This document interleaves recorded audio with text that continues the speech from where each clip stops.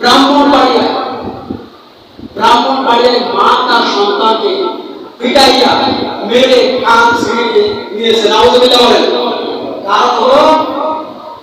কারণ হলো পরকীয়া। নাউজুবিল্লাহ বলেন না, পরকীয়া। সাথে ভাইরা আমার, এই মহিলার স্বামী থাকে প্রবাসে থাকা সুযোগে তার আসরের সাথে পরকীয়া করার কারণে ওই মহিলা যে সন্তান আমেনা 12 থেকে 13 বছর, সে তাদের কুকর্ম সে দেখে ফেলে। যখন তার মা তার চাচা তাকে বলতে নিষেধ করে, তখন ওই সন্তান ওই আমেনা মেয়েটা বলে যে আমি আমার আব্বুকে বলে দেবো। যখন এই কথা বলে তখন তাকে মেরে এক পর্যায়ে আপনার মৃত্যু নিশ্চিত করার জন্য তার এই ছোট মাসুম নিষ্পাপ আমেনা মেয়েটা লজ্জা স্থানের মধ্যে ঘোড়া ঢুকিয়ে দিয়েছে। নাউজুবিল্লাহ বলেন। আমরা এই চূড়ান্ত শাস্তি চাই, ঠিক না বলেন? চূড়ান্ত শাস্তি চাই।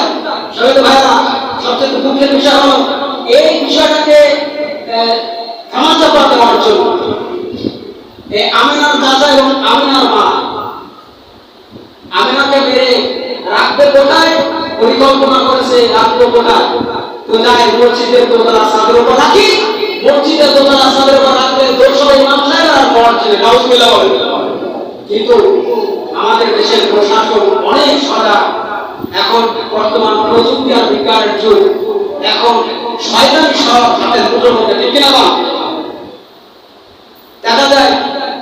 দেখা যাচ্ছে ওই মুয়াজ্জিন এবং ইমাম সাহেবের ডিএনএ টেস্ট করছে। ডিএনএ টেস্ট করার পরে দেখা গেছে ইমাম সাহেব এবং মুয়াজ্জিন নির্দোষ, একজন আল্লাহর বান্দা। সুবহানাল্লাহ। কোরআনের কারিমে সূরা ফুরকানের মধ্যে আল্লাহ সুবহানাহু ওয়া তাআলা বলেন মুমিনের গুনাহগুলো হলো বাকি। হলো কয়টি? বাকি। মুমিনের এক নম্বর গুনাহগুলো হলো মুমিন যখন চলাফেরা করবে বিনয়ের সাথে চলাফেরা করবে, মুমিন যখন একজন অবাধ্যের সাথে কথা বলবে তখন মুমিন বিনয়ের সাথে তার মুসলমান ভাইয়ের সাথে কথা বলবে। সুবহানাল্লাহ। মুমিনের দুই নম্বর গুনাহগুলো হলো মুমিন যখন কথা বলে তখন অল্প মূর্খ বেকুব মানুষদের সাথে তর্কে জড়ায়। আল্লাহু আকবার। মুমিনের তিন নম্বর গুনাহগুলো হলো মুমিন সেই ব্যক্তি যে ব্যক্তি রাতে ঘুমিয়ে থাকে না। মুমিন হলো ওই ব্যক্তি, সেই ব্যক্তি যে ব্যক্তি মুমিন, সে ব্যক্তি রাতে তাহাজ্জুদের নামাজের মধ্য দিয়ে সন্তুষ্ট করে না। মুমিনের চতুর্থ নম্বর গুণাবলী হলো মুমিন জাহান্নামের আযাব থেকে একমাত্র আশ্রয় চায় কার কাছে? সবাই বলেন কার কাছে? এজন্য নবী করিম সাল্লাল্লাহু আলাইহি ওয়াসাল্লাম আমাদেরকে শিক্ষা দিয়েছেন, যখন তোমরা আল্লাহর কাছে যখন জাহান্নামের আযাব থেকে আশ্রয় চাইবে তখন তোমরা এই দোয়াটি করবে, আল্লাহুম্মা আসিরনি মিনান নার। আল্লাহ আপনি আমাকে জাহান্নামের আযাব থেকে রক্ষা করুন, বলুন আল্লাহুম্মা আমিন। আজকে আলোচনা করব মুমিনের পঞ্চম নম্বর গুণাবলী। সম্মানিত ভাইরা, মুমিনের 5 নম্বর গুণাবলী হলো মুমিন কোন ক্ষেত্রে অপব্যয় করে না। আল্লাহু আকবার। মুমিনের 5 নম্বর গুণাবলী কি? মুমিন হলো ওই ব্যক্তি যে ব্যক্তি তার সম্পদ থেকে, তার রচিত জিনিসপত্র থেকে ওই ব্যক্তি নষ্ট করে, অপব্যয় করবে, অপচয় করবে। এ সম্পর্কে আল্লাহ সুবহানাহু ওয়া তাআলা কোরআনুল কারীমে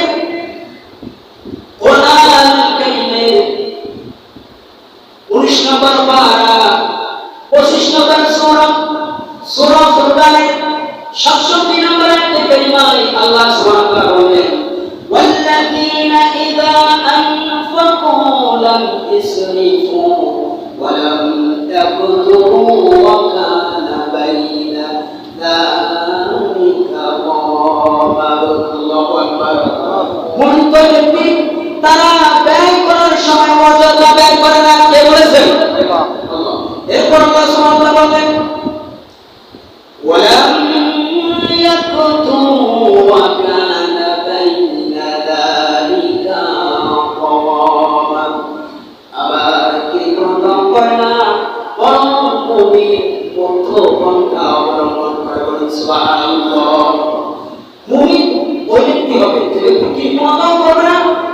বখিল হবে না, কৃপণ হবে না, ওই ব্যক্তি মধ্যম পন্থা অবলম্বন করবে। বলুন সুবহানাল্লাহ।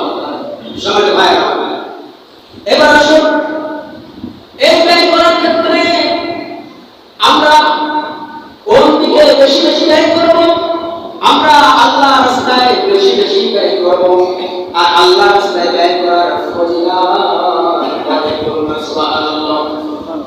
তিরমিজি বলেন, ইমাম তিরমিজি রাহিমাহুল্লাহ তিরমিজি শরীফের 1625 নম্বর হাদিসের মধ্যে ইমাম তিরমিজি একটি হাদিস নকল করেছেন। عن قريب رضي الله تعالى قال قال رسول الله صلى الله عليه وسلم من أنفق نفقة في سبيل الله كتبت له ب700 ضعيف। حضرت قريب رضي الله تعالى বর্ণিত, তিনি বর্ণনা করেন নবী করিম সাল্লাল্লাহু আলাইহি ওয়াসাল্লাম বলেছেন, কেউ যদি আল্লাহর পথে ব্যয় করে, কোন কিছু যদি ব্যয় করে, আর কোন কিছু ব্যয় করার সওয়াব আল্লাহ সুবহানাহু ওয়া তাআলা 1 থেকে 700 গুণ বাড়িয়ে দেন। সুবহানাল্লাহ। আপনি যদি আল্লাহর রাস্তায় আপনার সম্পদ থেকে যদি আল্লাহর রাস্তায় ব্যয় করেন, আল্লাহর রাস্তায় যদি ব্যয় করেন, আল্লাহ সুবহানাহু ওয়া তাআলা আপনার ওই আমলটাকে 700 গুণ বৃদ্ধি করে দেন। বলুন সুবহানাল্লাহ। এজন্য আমরা আল্লাহর রাস্তায় ব্যয় করব কম না বেশি? সবাই বলুন কি বেশি? ব্যয় করার ক্ষেত্রে আমাদেরকে সচেতন হতে হবে, ঠিক কিনা? ব্যয় করার ক্ষেত্রে আমাদেরকে সচেতন হতে হবে, কোন অবস্থাতে যেন অপব্যয় না হয়। অপব্যয় ক্ষতি কি? অপচয়ের ক্ষতি কি? এই সম্পর্কে আল্লাহ সুবহানাহু ওয়া তাআলা সূরা বনী ইসরাঈলের মধ্যে আল্লাহ তাআলা বলেন, ওয়ালা তুবাদ্দির তাবদীরান ইন্নাল মুবাদ্দিরিনা কানু ইখওয়ানাশ শায়াতিন ওয়া কানাশ শাইতান।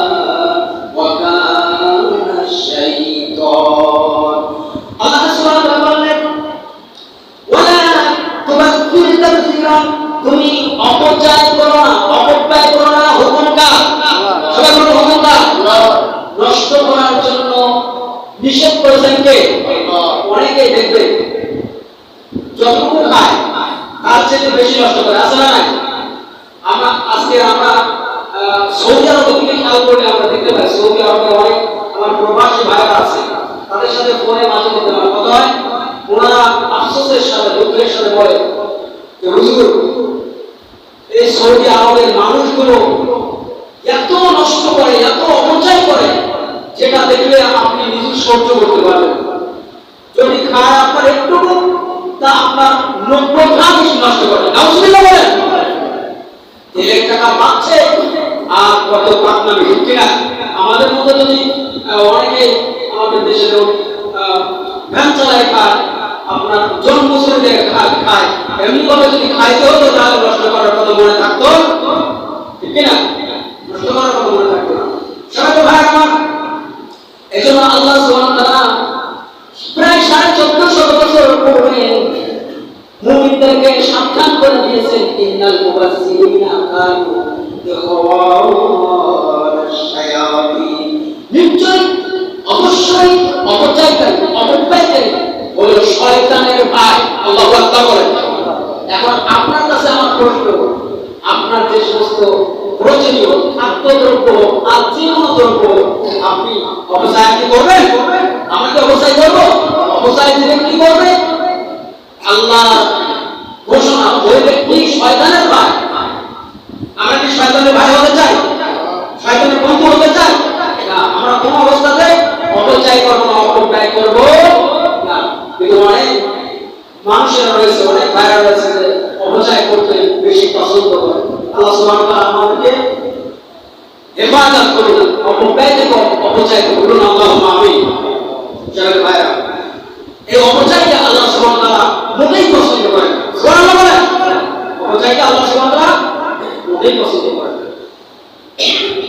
এজন্য আল্লাহ সুবহানাহু ওয়া তাআলা কোরআনুল কারীমের সূরা আরাফের 31 নম্বর আয়াতে আল্লাহ সুবহানাহু ওয়া তাআলা বলেন, ওয়াকুলু ওয়াশরাবু ওয়া লা তুসরিফু إنه لا يحب المسرفين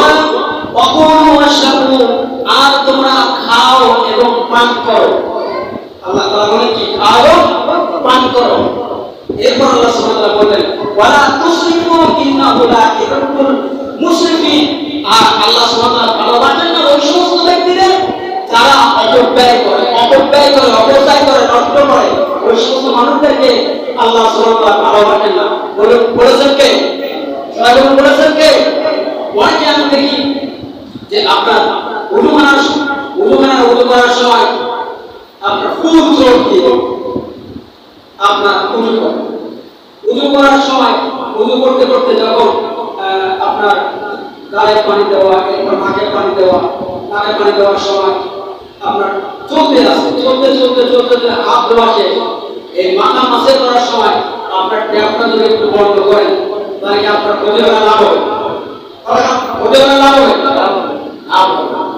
আপনার ওই প্রায় 1 মিনিট অথবা 30 সেকেন্ড সময় আপনার কতগুলো পানি অপচয় হচ্ছে আপনি একটু চিন্তা করে দেখবেন কি আমি বলতেছি ভাই একটু চেষ্টা করুন যে আমার কোন ক্ষেত্রে কোন অবস্থাতে যেন অপচয় না হয় আল্লাহ সুবহানাহু ওয়া তাআলা আমাদেরকে হেফাজত করে বলুন আল্লাহুম্মা আমিন সবাই ভাইরা এজন্য আমরা কোন ক্ষেত্রে অপচয় করব না অপব্যয় করব না সবাই ভাইরা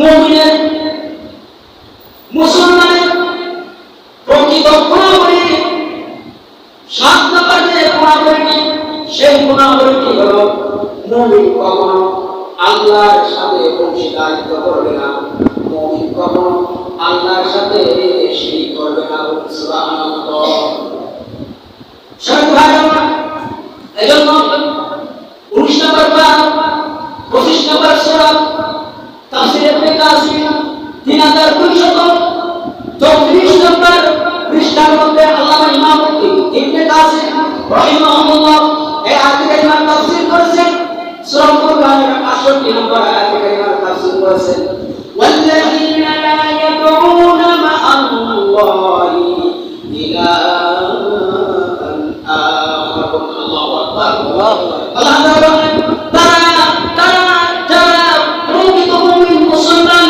তারা কখনো আল্লাহর সাথে শিরক করে না আল্লাহু আকবার তারা কখনো মাজারে সেজদা দেয় না তারা কখনো কোনো পীরের পায়ে সেজদা দেয় না কখনো সে মায়ের নামে কসম করে না মায়ের নামে অনেকেই কসম করে মায়ের নামে কসম করা যাবে যাবে বাবার নামে কসম করা যাবে সন্তানের মাথায় হাত রেখে কসম করা যাবে কসম যদি দেন সনির্ভর হওয়ার পরে তারপরে আল্লাহর ইজ্জতে আল্লাহর জালালিয়াতের কসম করে বলছি এমন ভাবে আপনি বলতে পারেন তবে আপনার সন্তানের মাথায় হাত দিয়ে আপনার পিতার কসম মায়ের কসম অমুক কর্তাসের কসম অমুক বিশ্বাসের কসম এই সমস্ত কসমগুলো সব বাতিল বেদাত সমস্ত কিছু বেদাত কথা কি বলছে সবাই ভাই আল্লাহ তাআলা বললেন যে তারা আল্লাহর সাথে কোনো অবস্থাতে শরীক করে না কারা যারা প্রকৃত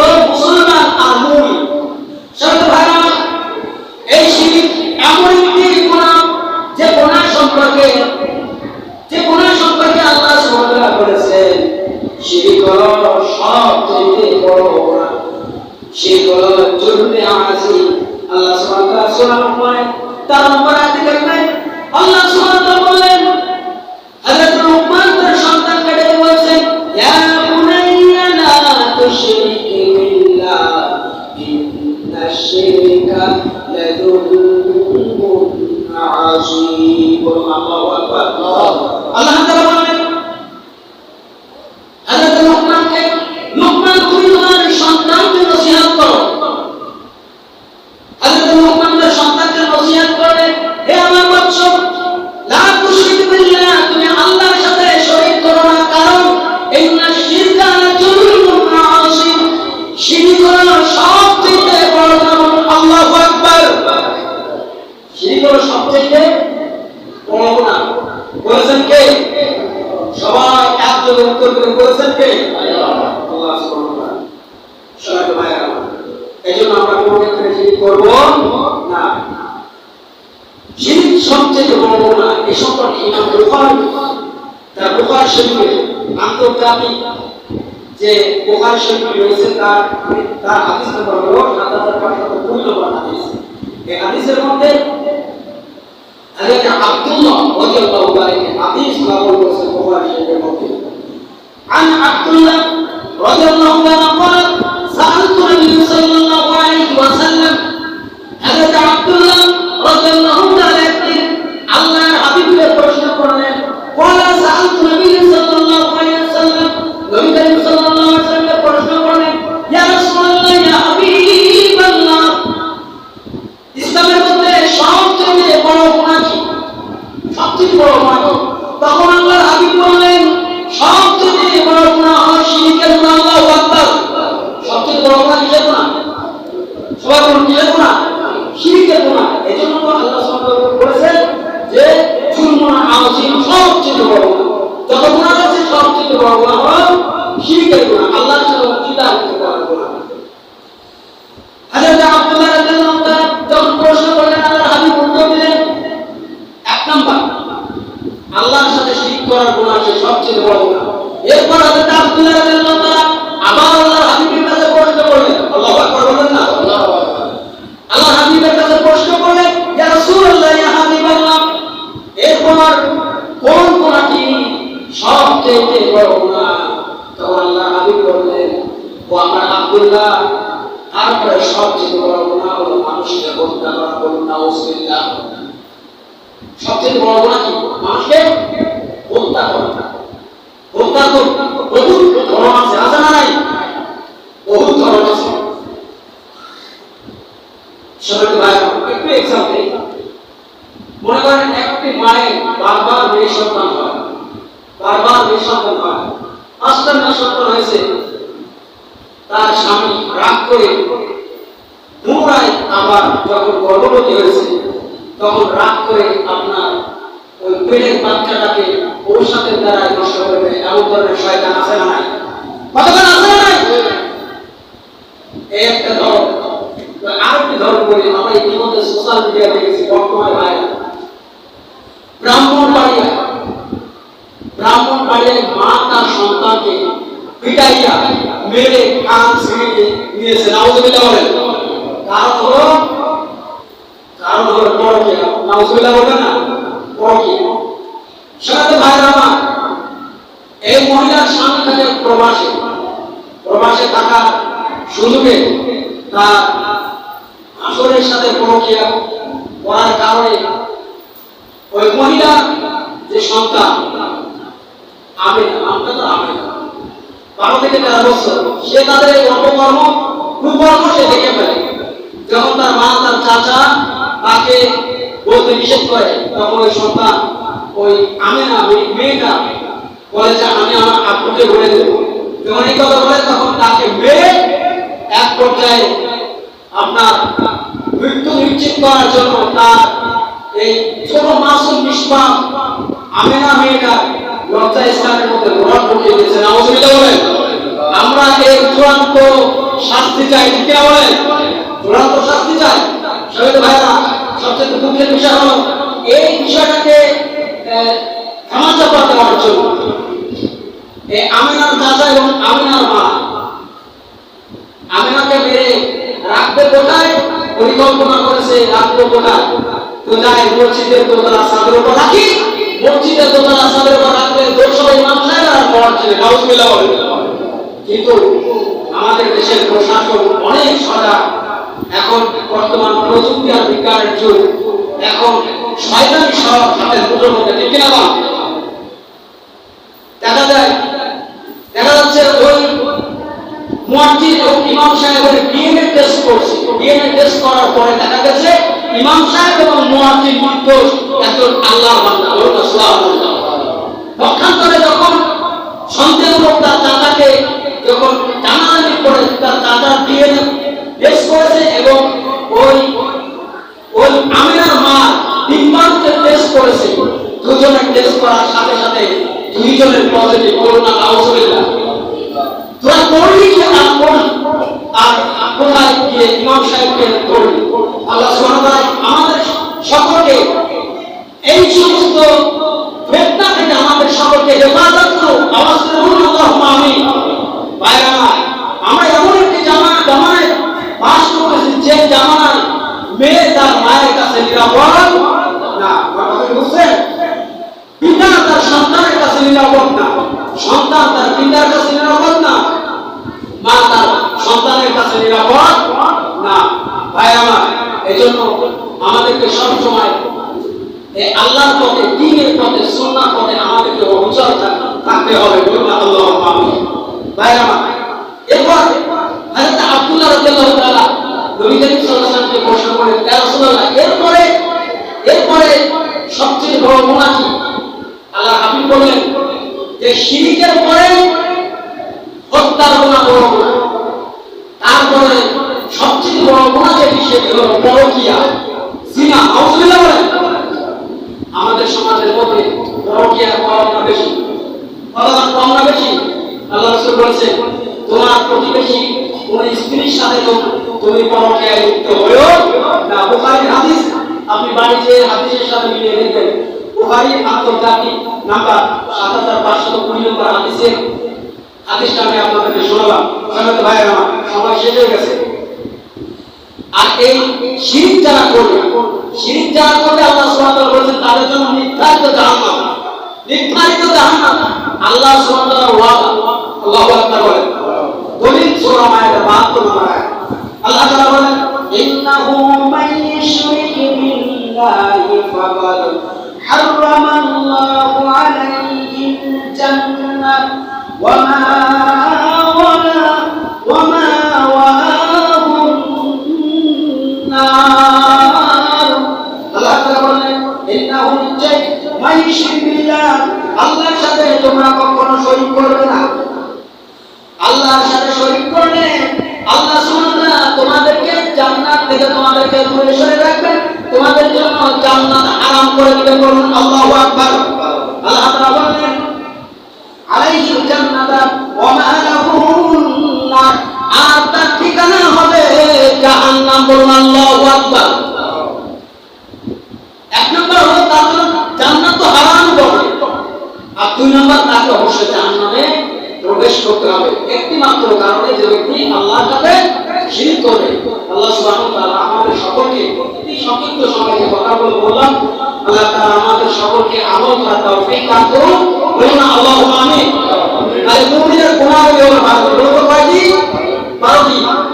গত 2 সপ্তাহে 4টি শেষ করছি, এই সপ্তাহে 2টি শেষ করলাম। হলো কোথায় 6টি। মুমিনের গুনাহগুলো হলো 12টি। তার মধ্যে 1 নম্বর হলো বিনয়ের সাথে চলাফেরা, মানুষের সাথে কথা বলা। 2 নম্বর হলো যখন অপমূর্খ মানুষদের সাথে যখন কথা বলবে তখন যত সম্ভব এড়িয়ে যাওয়ার চেষ্টা করবে। 4 নম্বর হলো মুমিন হলো ওই ব্যক্তি যে ব্যক্তি তাহাজ্জুদ মিস করে না, প্রতিনিয়ত তাহাজ্জুদ পড়ে। বলুন আল্লাহু আকবার। মুমিনের 4 নম্বর গুণাবলী হলো মুমিন একমাত্র জাহান্নাম থেকে আল্লাহর কাছে আশ্রয় চাইবে। সুবহানাল্লাহ বলবেন না? এরপর মুমিনের 5 নম্বর গুণাবলী হলো মুমিন কখনো অপচয় করবে না, অপব্যয় করবে। মুমিনের 6 নম্বর গুণাবলী কি? আল্লাহর সাথে শিরক করবে না। আল্লাহ সুবহানাহু ওয়া তাআলা আমাদের সকলকে অন্ততপক্ষে এই 6টি বিষয়ের প্রতি আমল করার তৌফিক দান করুন। আল্লাহুম্মা আমিন। ওয়া আলহামদুলিল্লাহি রাব্বিল আলামিন। আসসালামু আলাইকুম ওয়া রাহমাতুল্লাহি ওয়া বারাকাতুহু।